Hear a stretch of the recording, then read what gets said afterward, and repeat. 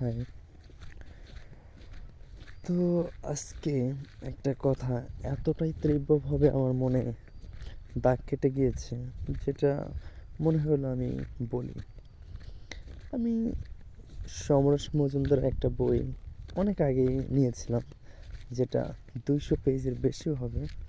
তো প্রথমত ভেবেছিলাম এটা হয়তো আলাদাভাবে পড়লে হয়তো এর আসল যে স্বাদ সেটা হয়তো পাবো না।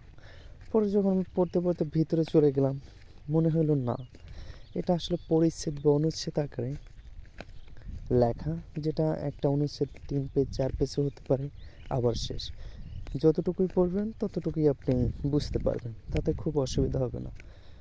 তো বইটার নাম ছিল মেয়েরা যেমন হয়। তো পড়তে পড়তে কোনো একটা অনুচ্ছেদে আমি একটা লাইন খুঁজে পেলাম, যেখানে লেখা ছিল, প্রেম বলুন কিংবা ভালোবাসা বলুন, একতরফা দীর্ঘকাল বয়ে নিলে তার তিক্ততা বয়ে আনে। আসলে এই লাইনটা আমি এতটাই রিলেট করতে পারছি, মনে হয় এটা সত্যি যে একতরফা আসলেই কোনো কিছু দীর্ঘস্থায়ীভাবে এটা নিয়ে যেতে পারে না।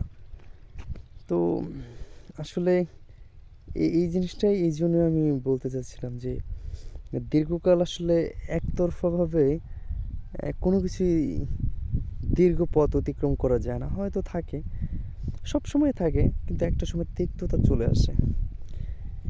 এই কারণে হয়তো তিনি বলেছিলেন যে দীর্ঘকাল প্রেম বলুন কিংবা ভালোবাসাই বলুন, একসময় তিক্ততা বহন করে। তো এটা হয়তো অনেকের সাথেই ম্যাচ করতেও পারে, না করতেও পারে। তবে লাইনটা আমার খুব মানে দাগ কেটে গেল যে আসলে হয়তো এরকমই হয় কিছু কিছু বিষয়, যে আপনার ক্ষেত্রেও হতে পারে যে একতরফা কিছু জিনিস আপনি দীর্ঘকাল বয়ে বেড়াতে পারবেন না। পারবেন, কিন্তু সমপর্যায়ের ভালোবাসা কিংবা ওই প্রেম, মানে এটা যে কোনো দিকেরই হতে পারে। শুধু যে প্রেম বলতে যে ব্যক্তির সাথে ব্যক্তির প্রেম হয়, বিষয়টা আসলে একদমই তা না। যে কোনো কারো কাছে যে কোনো কিছুর সাথেই হতে পারে। তো এটা দীর্ঘকাল একতরফা বয়ে নিলে আসলে এটা তিক্ততা চলে আসে। তো এই জিনিসটাই আসলে